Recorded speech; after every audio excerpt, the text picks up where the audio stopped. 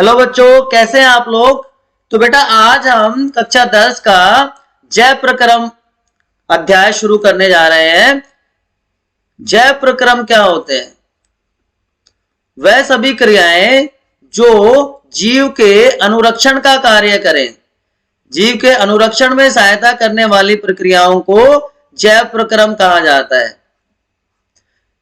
इनमें 4 प्रक्रियाएं मुख्य हैं जो आपको पढ़नी है इस अध्याय में। सबसे पहला है पोषण, दूसरा है श्वसन, तीसरा परिवहन और चौथा है बच्चों उत्सर्जन। आज हम पोषण के बारे में बात करेंगे। पोषण के आधार पर बच्चों 2 प्रकार के जीव होते हैं, स्वयंपोषी और विषमपोषी।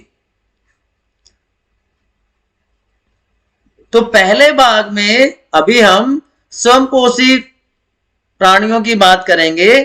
स्वयंपोषी जैसा कि आपको नाम से दिखाई दे रहा होगा, ऐसे जीव जो अपना भोजन स्वयं बनाते हैं।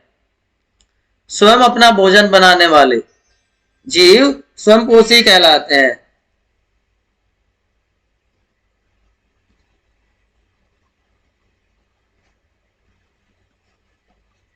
अब पोषण की आवश्यकता बच्चों क्यों होती है जीवों को?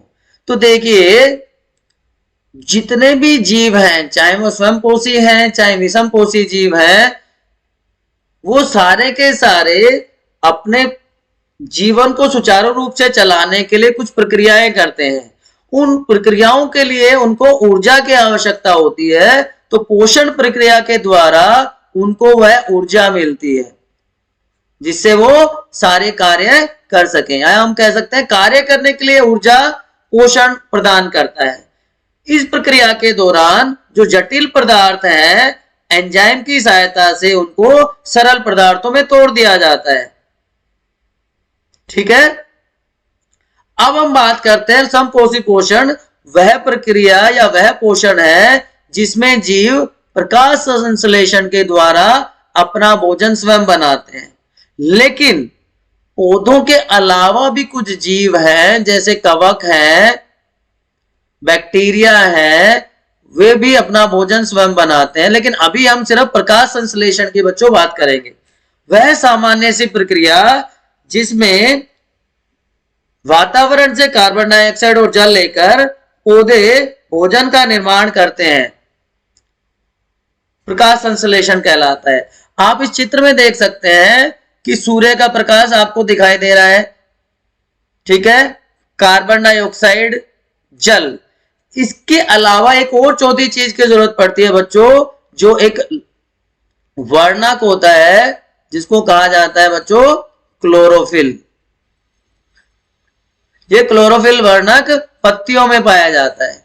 तो इन चारों की उपस्थिति में भोजन का निर्माण होता है पौधों में, जिसको हम कहते हैं कार्बोहाइड्रेट, और ऑक्सीजन गैस बाहर निकलती है। तो अगर कोई आपसे पूछे कि किन किन चीजों की आवश्यकता होती है पौधों को प्रकाश संश्लेषण के लिए, कार्बन डाइऑक्साइड, जल, ये बाहर से लिए जाते हैं, जबकि सूर्य का प्रकाश और क्लोरोफिल उनमें खुद पाया जाता है। क्लोरोफिल पौधों में खुद पाया जाता है। तो ये चीजें बाहर से मिलती है। इसके अलावा आगे हम देखेंगे कुछ मिनरल्स की भी उनको जरूरत पड़ती है जो बाहर से लिए जाते हैं। अब देखिए पूरी प्रक्रिया क्या होती है। वातावरण से कार्बन डाइऑक्साइड और पौधों से जमीन से जल लेकर सूर्य के प्रकाश और क्लोरोफिल वर्णक की उपस्थिति में शर्करा का या ग्लूकोज का निर्माण होता है और ऑक्सीजन गैस बाहर निकलती है। ये पूरी प्रक्रिया है। अब आपने फर्स्ट चैप्टर में पढ़ा था बैलेंसिंग ऑफ केमिकल इक्वेशन, रासायनिक समीकरणों को संतुलित करना। तो आप कमेंट सेक्शन में ये समीकरण मुझे संतुलित करके बताइए, देखते हैं आपने कितना सीखा। तो ये वह प्रक्रिया है जिसके द्वारा प्रकाश संश्लेषण होता है। अब ये प्रक्रिया होती कहां है और किसके कौन से भाग होते हैं? तो जैसा कि मैंने आपको बताया कि पौधों में पत्तियां वह स्थान है जहां पर प्रकाश संश्लेषण होता है। पत्तियों में प्रकाश संश्लेषण की प्रक्रिया होती है। पत्तियों में रंध्र पाए जाते हैं बच्चों, स्टोमेटा पाए जाते हैं, जो गैस विनिमय में सहायता करते हैं। रंध्रों का कार्य क्या है? गैस विनिमय करना।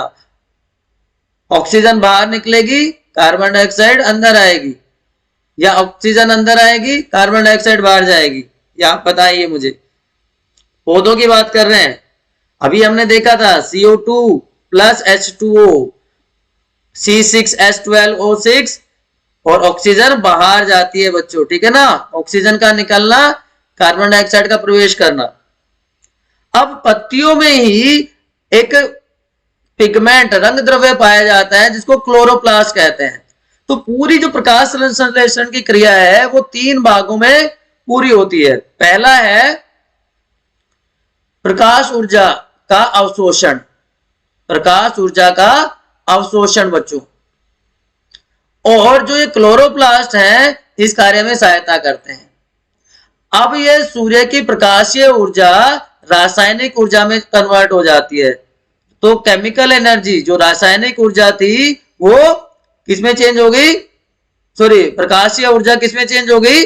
रासायनिक ऊर्जा में। ये दूसरा चरण हो गया। प्रकाशीय ऊर्जा रासायनिक ऊर्जा में बदल जाती है।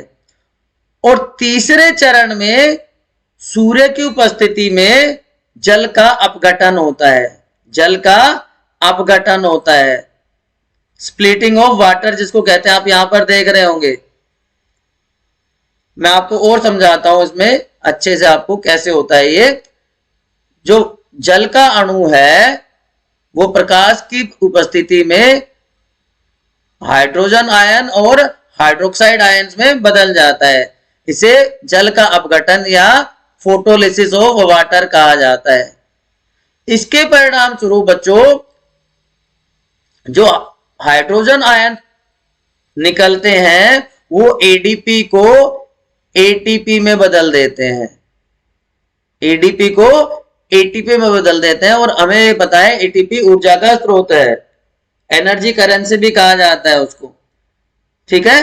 तो ये हाइड्रोजन आयंस कार्बन डाइऑक्साइड का अपचयन कर देंगे जिससे कार्बोहाइड्रेट का निर्माण होगा और ऑक्सीजन गैस बाहर निकल जाती है। और ये कार्बोहाइड्रेट स्टार्च या मंड के रूप में पौधों में संचित हो जाते हैं, स्टोर हो जाते हैं। तो 3 चरणों में प्रक्रिया पूरी हुई। पहले प्रकाश ऊर्जा का अवशोषण जो कि क्लोरोप्लास्ट करता है, प्रकाश ऊर्जा रासायनिक ऊर्जा में बदल जाती है, और तीसरा जल का अपघटन होता है जिसके परिणाम स्वरूप कार्बन डाइऑक्साइड का अपचयन होकर कार्बोहाइड्रेट का निर्माण होता है और ऑक्सीजन गैस बाहर निकलती है। उम्मीद करता हूं अभी तक आपको समझ आ गया होगा। अब जो रंध्र है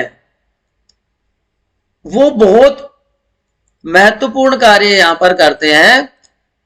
यहां पर इन रंध्रों में द्वार कोशिकाएं, ये आपको दिख रही हैं, द्वार कोशिकाएं पाई जाती हैं। ये इन रंध्रों को खोलने और बंद करने का कार्य करती हैं। ये बहुत जरूरी प्रक्रिया है जिसके द्वारा गैसों का विनिमय तो होता ही होता है, उसके अलावा जो जल है उसकी मात्रा का भी नियंत्रण किया जाता है। अब देखिए, अगर जल वाष्प बाहर निकलते हैं, अगर जल ज्यादा है तो ये द्वार कोशिकाएं जल को ग्रहण कर लेंगी और इनका आकार बढ़ जाता है। इनके वजह से जो इनके बीच का छिद्र है, रंध्र छिद्र जो है, उसका आकार बढ़ जाता है। रंध्र छिद्र का आकार बढ़ने से जो जल है वाष्प के रूप में बाहर निकल जाता है, या हम कह सकते हैं जल की हानि होती है। लेकिन इसके साथ साथ अगर बहुत ज्यादा जल बाहर निकल जाए पौधे से तो वो नुकसानदायक है।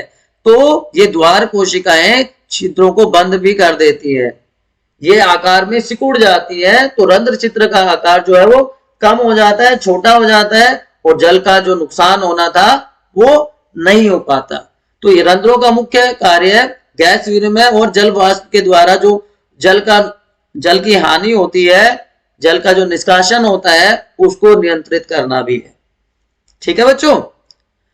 अब मैं बता रहा था कि और क्या कच्ची सामग्री चाहिए। हमने देखा था वातावरण से कार्बन डाइऑक्साइड, पानी मृदा से मिल गया था, सूर्य का प्रकाश सूरज से मिल गया था, और क्लोरोफिल वर्णक पौधों में खुद पाया जाता है।